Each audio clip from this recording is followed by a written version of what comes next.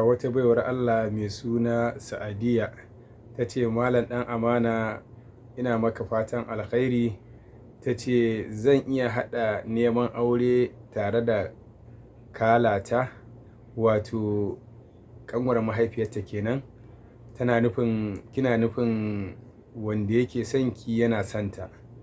To Malama Sa'adiyya, ba wai kalar ki ba, ko mahaifiyar da ta haife ki za ki iya haɗa neman aure da ita, halal ne. Sai dai da zarar ya aure ta, to ya zama ubanki, ya zama muharraminki, haramun ɗinki ne. In kwa ke kika aure shi, to ya zama ɗanta ne, haramun ɗinta ne. Halal bata haramta ma wani abu daga zarar halal ce. Neman aure zaman kanshi yake, kuma aure zaman kanshi yake. Amma da zarar ya aure ki, to shi kenan ya zama haramun ɗinta. In kuma ita ya aura, ya zama ubanki, ya zama haramun ɗinki.